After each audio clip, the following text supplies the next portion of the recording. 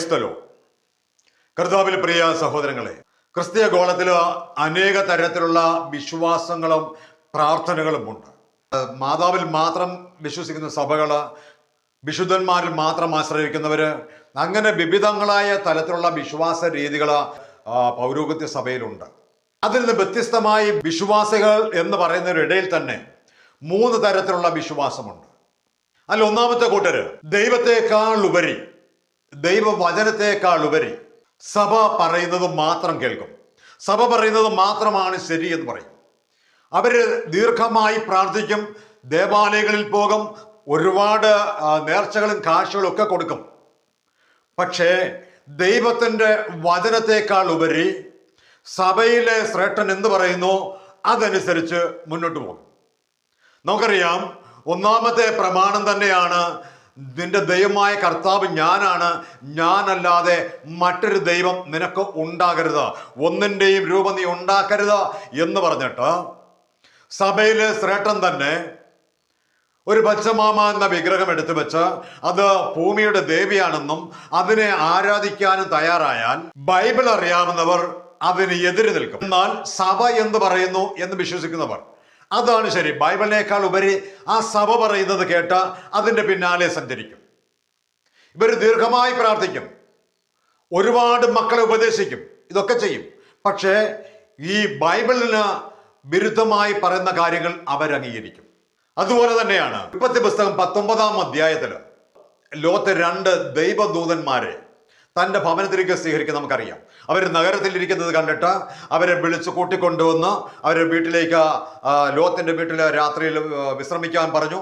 അങ്ങനെ അവരെ വീട്ടിലേക്ക് കൊണ്ടുവരികയും, അങ്ങനെ കൊണ്ടുവന്നു കഴിഞ്ഞപ്പോൾ സോദോമിലുള്ള വൃദ്ധന്മാര്, യുവാക്കള് എല്ലാവരും കൂട്ടമായിട്ട് വന്നിട്ട് ലോത്തിന്റെ വീടങ്ങ് വളഞ്ഞിട്ട് പറയുക, നിങ്ങൾ കൊണ്ടുവന്നിരിക്കുന്ന 2 പേരെ ഇറക്കിവിട, ഞങ്ങൾക്ക് അവരുമായിട്ട് പാപം ചെയ്യണം.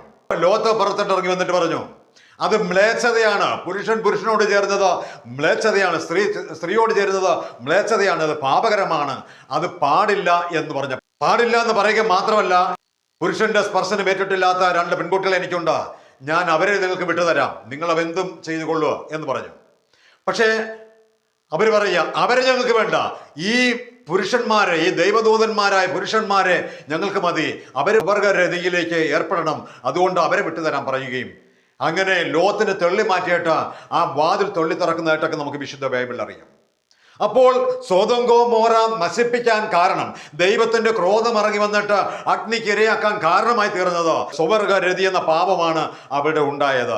അങ്ങനെയാണ് അവിടെ നശിപ്പിക്കുന്നതിന് മുമ്പ് ദൈവപുരുഷനായ ലോത്തിനോട് പറയുക, വേഗം ഇവിടുന്ന് ഓടി അടുത്ത് കാണുന്ന മലയിലേക്ക് കയറുക എന്ന് പറഞ്ഞു ഓടിച്ചു വിടുകയും അവിടെ അഗ്നിക്ക് ഇരയാക്കുകയും ചെയ്ത് നമുക്ക് വിശുദ്ധ ബൈബിളിൽ കാണാം. എന്നാൽ ഈ സ്വവർഗരതി പാപമല്ല, കുറ്റമല്ല, അത് അവരെ നമ്മൾ അനുകൂലിക്കാം എന്ന് പറഞ്ഞാൽ, ആ വിവാഹത്തിന് നമ്മൾ സമ്മതിക്കാമെന്ന് പറഞ്ഞാൽ, മറ്റ് കാര്യം നമുക്കറിയത്തില്ല. വിശുദ്ധ ബൈബിളിൽ പറയുന്നത് അത് ദൈവം വെറുക്കുന്നു, അങ്ങനെയുള്ളവരെ ദൈവത്തിന്റെ ക്രോധം ഇറങ്ങി വന്നിട്ട് നശിപ്പിക്കുന്നതായിട്ട് നമുക്ക് കാണാൻ പറ്റും. പക്ഷേ സഭയിലെ സൃഷ്ടം പറയുക, അത് കുഴപ്പമില്ല, അവരെ നീ സ്നേഹിക്കേണ്ടത് നിങ്ങൾ പറയത്തില്ല, സ്നേഹിക്കണം. പക്ഷേ ഈ അവരുടെ സ്വവർഗ രതിക്ക് വേണ്ടിയിട്ട്, ആ വിവാഹത്തിന് വേണ്ടിയിട്ട് നമ്മൾ കൂട്ടുനിന്നാൽ ഈ ബൈബിളിന് വിരുദ്ധമാണ്, അത് നമ്മൾ ചെയ്യാൻ പാടില്ല. ഈ സമൂഹം പറയും, ഓ സഭയിലെ ശ്രേഷ്ഠം പറഞ്ഞാൽ ഞങ്ങളത് ചെയ്യും. അന്ധമായ വിശ്വാസം.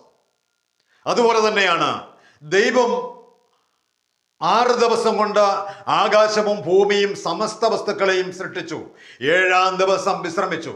ആകാശവും ഭൂമിയൊക്കെ സൃഷ്ടിച്ചത് ഒറ്റ ദിവസം കൊണ്ടല്ല, ഈ വർഷങ്ങളുടെ പരിണാമ പ്രക്രിയയിലൂടെയാണ് ഭൂമി ഉണ്ടായതെന്ന് പറയുമ്പോൾ ദൈവം പറയുന്നു, ബൈബിൾ പറയുന്നു, ആദ്യം ദൈവം ആകാശവും ഭൂമിയും സൃഷ്ടിച്ചു എന്ന് വെച്ചാൽ ഒരു വാക്കിലൂടെ ഉണ്ടായി. 6 ദിവസം കൊണ്ട് സകലം സൃഷ്ടിക്കപ്പെട്ടു, 7-ാം ദിവസം ദൈവം വിശ്രമിച്ചു എന്ന് ബൈബിൾ പറയുമ്പോൾ ഈ സഭയിലെ സൃഷ്ടം പറയുക, ഇല്ല, കോടാനുകോടി വർഷം കൊണ്ടാണ്, പരിണാമ പ്രക്രിയയിലൂടെയാണ് ഭൂമി ഉണ്ടായെന്ന് പറയുമ്പോൾ നീ അതിന്റെ പിന്നാലെ പോകരുത്. വിശുദ്ധ ബൈബിൾ എന്ത് പറയുന്നു എന്ന് നീ ശ്രദ്ധിക്കണം. ഹല്ലേലൂയ. ഇതിലെല്ലാം ഓശാന പാടുന്ന ഒരു വിഭാഗമുണ്ട്. അതാണ് ബൈബിളിനേക്കാൾ ഉപരി സഭ പറയുന്നതും കൂട്ടായ്മയിലെ ശ്രേഷ്ഠന്മാർ പറയുന്നതുമായ കാര്യങ്ങളുടെ പിന്നാലെ പോകും.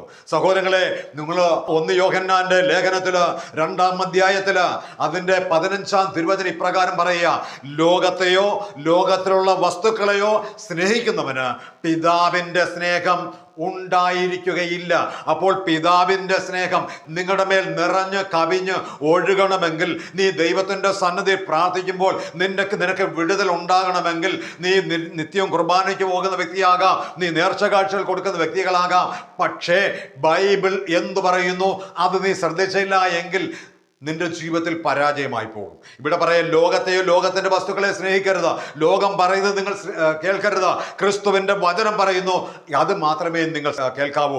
ക്രിസ്തുവിന്റെ വചനം പറയുന്ന അനുസരിച്ച് നിങ്ങൾ പോയാൽ നിങ്ങൾക്ക് പിതാവിന്റെ സ്നേഹം ഉണ്ടായിരിക്കും.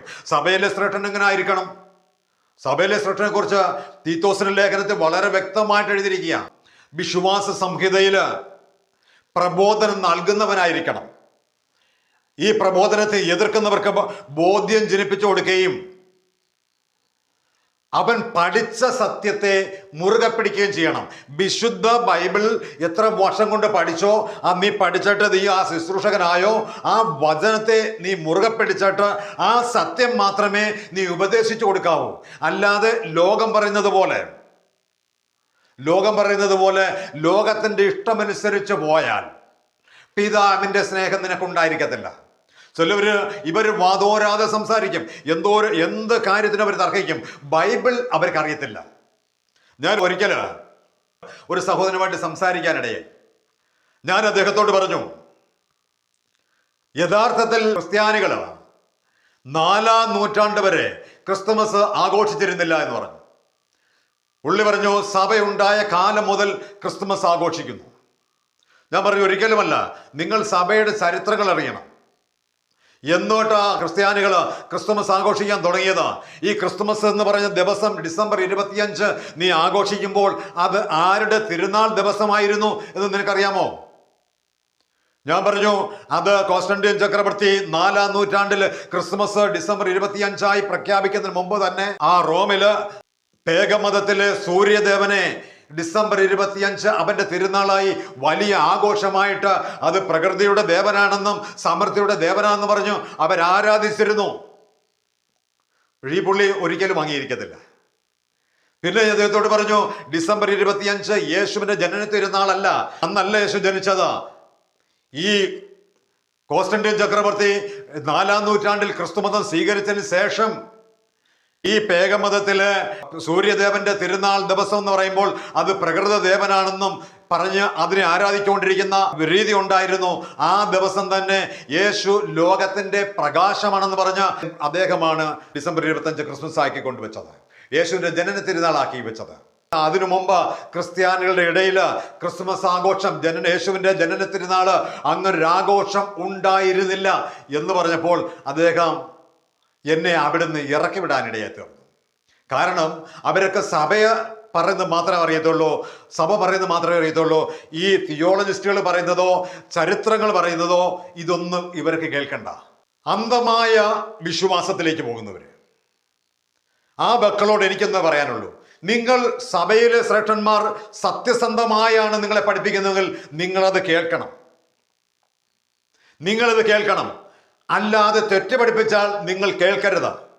ഇപ്പൊ നമുക്കറിയാം, ഒരുപാട് അന്ധവിശ്വാസങ്ങളുണ്ട്. ഒരുപാട് അന്ധവിശ്വാസം എന്ന് വെച്ചാൽ രൂപത്തെ തൊട്ടുമുത്തുക, അതിന് നോട്ടുമാല ഇടുക, അതുപോലെ നേർച്ചകൾ കൊടുക്കുക, കാഴ്ചകൾ കൊടുക്കുക, ഇതൊക്കെ ചെയ്യുന്നുണ്ട്.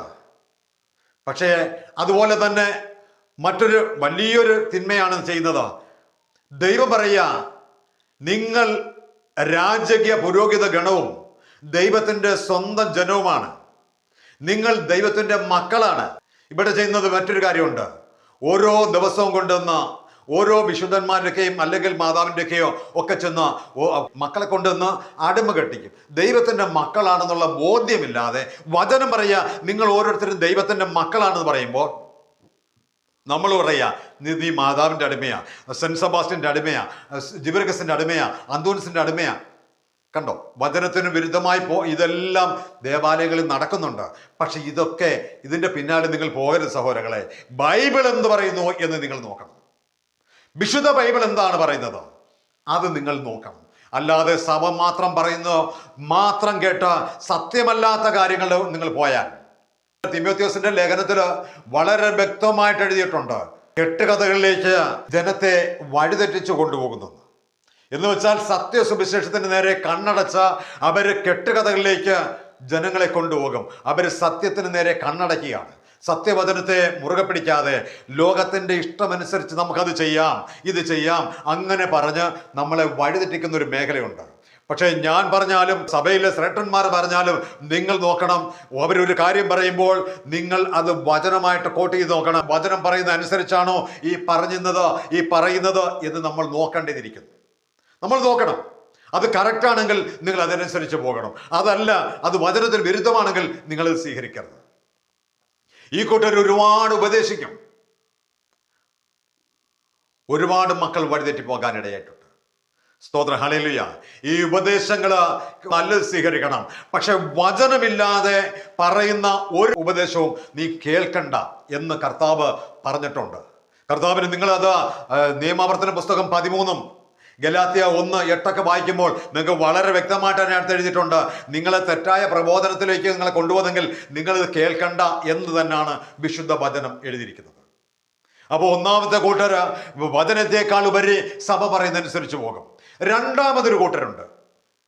രണ്ടാമത്തെ കൂട്ടർക്ക് ഒരു പ്രത്യേകതയുണ്ട്. അവര് എവിടെ വചനമുണ്ട്, ഇപ്പോൾ പൗരോഹിക സഭയിലാണ് ഉള്ളവരാണെങ്കിൽ അവരെവിടെ നിന്നുകൊണ്ട് വചനം കേൾക്കും. മറ്റൊരു മറ്റൊരു സഭയിലുണ്ടെങ്കിൽ എവിടെ വചനം, ഒരു ബന്ധക്കോസ്ത് സഹോദരനോ അല്ലെങ്കിൽ മറ്റാരെങ്കിലും വചനം പറഞ്ഞാൽ അതും കേൾക്കാൻ പോകും. അപ്പൊ ഇവിടുത്തെയും വചനം കേൾക്കും, മറ്റൊരു സഭയിലെയും വചനം കേൾക്കും. ആ വചനം കേൾക്കുമ്പോൾ നമുക്കറിയാം ഈ വിഗ്രഹത്തെ നമുക്ക് ആരാധിച്ചൂടാ എന്ന് പറയുമ്പോൾ മറ്റു സഭയിൽ പോയി വിഗ്രഹത്തെ ആരാധിച്ചൂടാ എന്നുള്ള വചനങ്ങൾ കേട്ടു അവരതിന്റെ വചനമൊക്കെ എടുത്ത് കാണിച്ചു തന്നു, നിനക്ക് ബോധ്യപ്പെടുത്തി തന്നു. അപ്പോൾ നീ പറയോ ഞാൻ ചെയ്ത തെറ്റാണെന്ന് പറയും. എന്നാൽ അവൻ നിൽക്കുന്ന പൗരോഹിത്യ സഭയിലേക്ക് വരുമ്പോൾ അവൻ പറയും, അയ്യോ ഇത് വിഗ്രഹമല്ല, ഇത് സ്വരൂപമാണ്. കണ്ടോ, റൂട്ടങ്ങ് മാറ്റി, വിഗ്രഹത്തെ മാറ്റിയിട്ട് പറയുന്നത് സ്വരൂപമാണെന്ന് പറയും. ഈ കൂട്ടര് രണ്ട് വള്ളത്തെയും കാലി ചവിട്ടുന്ന സ്വഭാവമാണ്. അവർക്ക് വചനം അറിയാം, അവർക്ക് വചനമൊക്കെ അറിയാം. മാറി ചിന്തിക്കാൻ, ബൈബിളിന്റെ വിരുദ്ധമായിട്ട് പറയുമ്പോൾ അത് മാറി ഒന്ന് ചിന്തിച്ചിട്ട് എൻ്റെ കർത്താവിൻ്റെ വചനപ്രകാരം എനിക്ക് പോകണം എന്നുള്ള ആ മനോഭാവത്തിലേക്ക് അവർ വരുന്നില്ല. അവർ രണ്ട് വള്ളത്തെ കാലി ചവിട്ടും. എന്ന് വെച്ചാൽ സന്ദർഭം അനുസരിച്ച് അവർ നീങ്ങും. സഹോദരങ്ങളെ, ഇത് വലിയ തിന്മയാണ്, ഇത് വലിയ പാപമാണ്. നിങ്ങൾക്കതിൻ്റെ ക്രോധം, ദൈവത്തിൻ്റെ കാര്യം നിങ്ങൾക്ക് അറിഞ്ഞുകൂടാത്തതുകൊണ്ടാണ്, ദൈവത്തിൻ്റെ ശിക്ഷയെക്കുറിച്ച് നിങ്ങൾക്ക് അറിഞ്ഞുകൂടാത്തത് കൊണ്ടാണ് നിങ്ങൾ രണ്ട് വള്ളത്തെ കാലി വെട്ടുന്നത്. എന്ന് വെച്ചാൽ ഇവിടുത്തെ സ്നേഹം, ലോകത്തിൻ്റെ സ്നേഹം നഷ്ടപ്പെട്ടു പോകുമെന്ന് വിചാരിച്ചിട്ട് ആണ് ഇവിടെ വരുമ്പോൾ വിഗ്രഹാരാധന തെറ്റ്, ഈ അടിമ കഴിക്കുന്ന തെറ്റ്, നോട്ടുമാല ഇടുന്ന തെറ്റ്, ഇതൊക്കെ നിനക്ക് വ്യക്തമായിട്ട് അറിയാം. പക്ഷെ നീ ഇവിടെ വരുമ്പോൾ ഇതെല്ലാം ചെയ്യുന്നു. എന്തിനു വേണ്ടിയിട്ട്? ലോകത്തെ സ്നേഹിക്കുന്നത് കൊണ്ട്. ഞാൻ നേരത്തെ പറഞ്ഞു, ലോകത്തെ സ്നേഹിക്കുന്നതിന് പിതാവിൻ്റെ സ്നേഹം ഉണ്ടായിരിക്കത്തില്ലെന്ന് പറഞ്ഞു. വിശുദ്ധ ബൈബിളില് രണ്ട് വ്യക്തികളുണ്ട്, ഒരു ഭാര്യയും ഭർത്താവും. അനന്യാസും സഹീറായി എന്നാ പേര്. അവർ ദൈവത്തിൻ്റെ കൽപ്പനകളെല്ലാം ഇങ്ങനെ സൂക്ഷ്മമായി കേട്ട് അപ്പോസ്തലന്മാരുടെ കാൽക്കലിരുന്ന് വചനമെല്ലാം, ശക്തമായ വചനങ്ങൾ കേട്ടു. ആ ദൈവത്തിൻ്റെ പ്രബോധനങ്ങൾ കേട്ടു, ദൈവം എന്താണെന്ന് കേട്ടു, ദൈവത്തിൻ്റെ പ്രവൃത്തികൾ എന്താണെന്ന് അറിഞ്ഞു, ദൈവത്തിൻ്റെ വചനം എങ്ങനെയാണ് കൈകാര്യം ചെയ്യണമെന്ന് അറിയാം. എല്ലാം അറിഞ്ഞിട്ട് അന്ന് എല്ലാവരുടെ സ്വത്തുക്കൾ പൊതു സ്വത്തുക്കളായി കണ്ടിരുന്നു. അന്ന് വസ്തുവകളെല്ലാം വിറ്റിട്ട് അപ്പോസ്തലന്മാരെ കാൽക്കൽ വെച്ചിട്ട് അവർ ഒരു സമൂഹമായി അവർ ജീവിച്ചു, അവരൊരു കുടുംബം പോലെ ജീവിച്ചു. അവർക്കൊന്നിനും കുറവുണ്ടായില്ലെന്നൊക്കെ വിശുദ്ധ ബൈബിൾ പറയുന്നുണ്ട്. അങ്ങനെ ഇരിക്കുമ്പോൾ ഈ അപ്പോസ്തലന്മാരുടെ കാൽക്കലിരുന്ന വചനങ്ങൾ കേട്ട അനന്യാസും സഹീറായും തൻ്റെ വസ്തു ഒന്ന് വിൽക്കാനായിട്ട് അവർ ഭവനത്തിലേക്ക് പോയി. അവിടെ ചെന്നപ്പോൾ ഭാര്യയും ഭർത്താവ് ഒരു കൂടിയാലോചന. അപ്പോസ്തലന്മാർ അറിയത്തില്ല, നമുക്ക് കുറച്ച് മാറ്റിവെക്കാം എന്ന് ഭാര്യയും ഭർത്താവും തീരുമാനമെടുത്തിട്ട് വസ്തു വിറ്റ് കിട്ടിയതിൻ്റെ ഒരു ഭാഗം എടുത്ത് മാറ്റി വെച്ചിട്ട് അനന്യാസ് ആദ്യം സഭയിലേക്ക് വന്നു. അപ്പോൾ അപ്പോസ്തലന്മാർ ചോദിച്ചു, അനന്യാസേ, നീ വിറ്റത് കിട്ടിയ ഇത്രേ ഉണ്ടായിരുന്നുള്ളോ? ഇതേ ഉണ്ടായിരുന്നുള്ളൂ. പക്ഷേ അവൻ ആ പറഞ്ഞ ക്ഷണത്തിൽ തന്നെ വീണ് മരിക്കാൻ ഇടയായി തീർന്നു. എല്ലാവരും പറയും ദൈവ സ്നേഹമാണ്, ശിക്ഷിക്കുന്നവനല്ല. ശിക്ഷിക്കുന്ന ദൈവമാണ്. തെറ്റിന് നേരെ കണ്ണടയ്ക്കാതെ മക്കളെയും മക്കളുടെ മക്കളെയും 3-4 തലമുറ ശിക്ഷിക്കുമെന്ന് പറഞ്ഞ ദൈവം തന്നെയാണ് നമ്മുടെ ദൈവം. ഇവിടെ അനന്യാസ് തെറ്റ് ചെയ്തപ്പോൾ, ദൈവത്തിനെതിരെ കള്ളം പറഞ്ഞപ്പോൾ ആ വീണ് ഉടനെ മരിക്കാനിടയായി തീർന്നു. എന്നിട്ട് ഉടനെ തന്നെ അടുത്ത ഭർത്താവ് മരിച്ച കാര്യം ഭാര്യ അറിയുന്നില്ല. സഹീറ വരിക. സഹീറ വരുമ്പോൾ അവളും പറയുക, ഇത്രയേ ഉണ്ടായിരുന്നുള്ളൂ എന്ന് പറഞ്ഞു. അപ്പോൾ അപ്പോസ്തലന്മാർ പറയുന്നുണ്ട്, നിന്റെ ഭർത്താവിനെ അടക്കിയിട്ട് വരുന്നവരുടെ കാലശയാണ് ഈ കേൾക്കുന്നത്. ആ ക്ഷണത്തിൽ തന്നെ അവൾ വീണ് മരിക്കാൻ ഇടയായി തീർന്നു. 2 വള്ളത്തെ കാലുകെട്ടുന്ന സ്വഭാവം ക്രിസ്ത്യാനികൾക്ക്, ദൈവമക്കൾക്കുള്ളതല്ല. അവൻ തല പോയാലും ക്രിസ്തുവിന്റെ വചനപ്രകാരം നിലനിൽക്കുന്നവനായി മാറണം. അല്ലാതെ സന്ദർഭം അനുസരിച്ച് ഇവിടെ ശരി എന്ന് പറയുന്നത് ഇവിടെ ശരി, അപ്പുറത്തേലും അതാണ് കറക്റ്റ് എന്ന് പറയും. അപ്പോൾ 2 വള്ളത്തെ കാലിട്ടുന്ന സ്വഭാവം. പക്ഷെ നിൽക്കുന്നുവെങ്കിൽ നീ വീഴാതിരിക്കാൻ സൂക്ഷിച്ചു കൊള്ളണം എന്ന് വിശുദ്ധ വചനം പറയുന്നുണ്ട്. വീഴാതിരിക്കാൻ ഇതുപോലെ പ്രബോധനങ്ങൾ, ഇതുപോലുള്ള പിശാച് നിനക്ക് തന്ത്രങ്ങൾ പറഞ്ഞു തരും. നീ കുറച്ച് മാറ്റി, നീ അപ്പോസ്തലന്മാരെ കളിപ്പിക്കാമെന്ന് ധരിക്കും. പക്ഷെ അപ്പോസ്തലന്മാരെ പറ്റിക്കാൻ പറ്റത്തില്ല സഹോദരങ്ങളെ. ദൈവമക്കളെ ഒരിക്കലും പറ്റിക്കാൻ കഴിയത്തില്ല. അതുകൊണ്ട് നിനക്ക് വചനമറിയാം. വചനമറിഞ്ഞാൽ ആ വചനത്തിൻ്റെ പിന്നാലെ മാത്രമേ യാത്ര ചെയ്യാവൂ. അതല്ല, വചനമറിഞ്ഞിട്ട് നീ വചനം അറിയാത്തവനെ പോലെ പോയാൽ ഈ അനന്യാസിനും സഹീറായ്ക്കും സംഭവിച്ചതുപോലെ നിനക്ക് സംഭവിക്കും. അപ്പൊ 2 വള്ളത്തെ കാലി ചവിട്ടുന്ന സ്വഭാവം ഈ രണ്ടാമത്തെ കൂട്ടർക്ക് പാടില്ല. അവര് ദൈവവചനത്തെ മുറുകെ പിടിക്കണം. കർത്താവിൻ്റെ വചനത്തെ മുറുകെ പിടിച്ച് നീ ക്രിസ്തുവിൻ്റെ വചനത്തിൻ്റെ പ്രകാരം നീ പോയി ആരാധിച്ചാൽ നിന്റെ ജീവിതത്തിനും വലിയ വിടുതലായി തീരും. അതല്ലെങ്കിൽ വാളിന് ഇരയായി തീരുമെന്ന് വിശുദ്ധ വചനം പറയുക. അനന്യാസും സഹീറയും വീട് മരിക്കാൻ ഇടയായി തീർന്നെങ്കിൽ എൻ്റെ സഹോദരങ്ങളെ, നിങ്ങൾ കർത്താവിന് കൊടുക്കണമെന്നോ കർത്താവിൻ്റെ അടുക്കലേക്ക് ചെല്ലണമെന്നൊന്നും കർത്താവിന് നിർബന്ധമില്ല. നീ ചെന്നാൽ, കർത്താവിൻ്റെ അടുക്കലേക്ക് ഇരുന്നാൽ, നീ ഒരു തീരുമാനം എടുത്താൽ നീ അതിൽ നിന്ന് മാറിപ്പോകരുത്. അതുകൊണ്ടാണ് കർത്താവ് പറഞ്ഞത്, കലപ്പെ കൈവച്ചിട്ട് തിരിഞ്ഞു നോക്കുന്നവൻ ദൈവത്തിനുള്ളവനല്ല.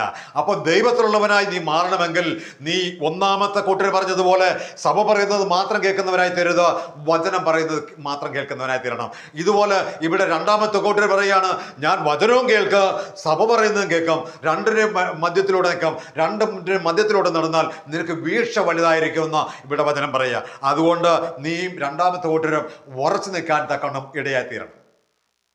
രണ്ടാമത്തെ കൂട്ടർക്ക് മറ്റൊരു പ്രത്യേകതയുണ്ട്. ഈ രണ്ടാമത്തെ കൂട്ടർ ഈ അന്യാസും സഹീറായെ പോലെയാണ്. രണ്ടാമത്തെ കൂട്ടരാണ് വചനം കേൾക്കും, നാക്ക് നീട്ടി കുർബാന സ്വീകരിക്കും, പണം വന്നു കഴിഞ്ഞാൽ അത് പലിശയ്ക്കും കൊടുക്കും. ദൈവം പറയാം, മദ്യപാനി സ്വർഗരാജ്യം അവകാശമാക്കുകയില്ല. പക്ഷേ മദ്യപാനത്തിന് ഒരു അവസരം കിട്ടിയാൽ അവൻ മദ്യപിക്കും. 28 കെട്ട് എന്ന് പറയുന്നത് ക്രിസ്ത്യാനിക്കുള്ളതല്ല. ക്രിസ്ത്യാനി കുഞ്ഞ് ജനിച്ചു കഴിഞ്ഞാൽ 28 അല്ലെങ്കിൽ 27 കെട്ടും. ഇതൊന്നും ക്രിസ്ത്യാനിക്കുള്ളതല്ല. ക്രിസ്ത്യാനിക്ക് സ്നാനം മാത്രമേ ഉള്ളൂ, അല്ലാതൊന്നും ക്രിസ്ത്യാനിക്കില്ല. ഹല്ലേലൂയ. ഇങ്ങനെ ഈ രണ്ടാമത്തെ കൂട്ടരാണ് ഈ വഴിയിലെല്ലാം പോകും. ഈ അടിമ വയ്ക്കാൻ പോകും, മദ്യപാനത്തിന് പോകും, പണം വന്ന പലിശ കൊടുക്കും, അതിരുതൊണ്ടും അതുപോലെ മറ്റുള്ളവരെ എങ്ങനെ ഉപദ്രവിക്കാം അതെല്ലാം ചെയ്യും. ഹല്ലേലൂയ. എന്ന് വെച്ചാൽ ലോകത്തോടുള്ള മൈത്രി ദൈവത്തിന്റെ ശത്രുത്വമാണെന്ന് വിശുദ്ധ ബൈബിൾ പറയുക.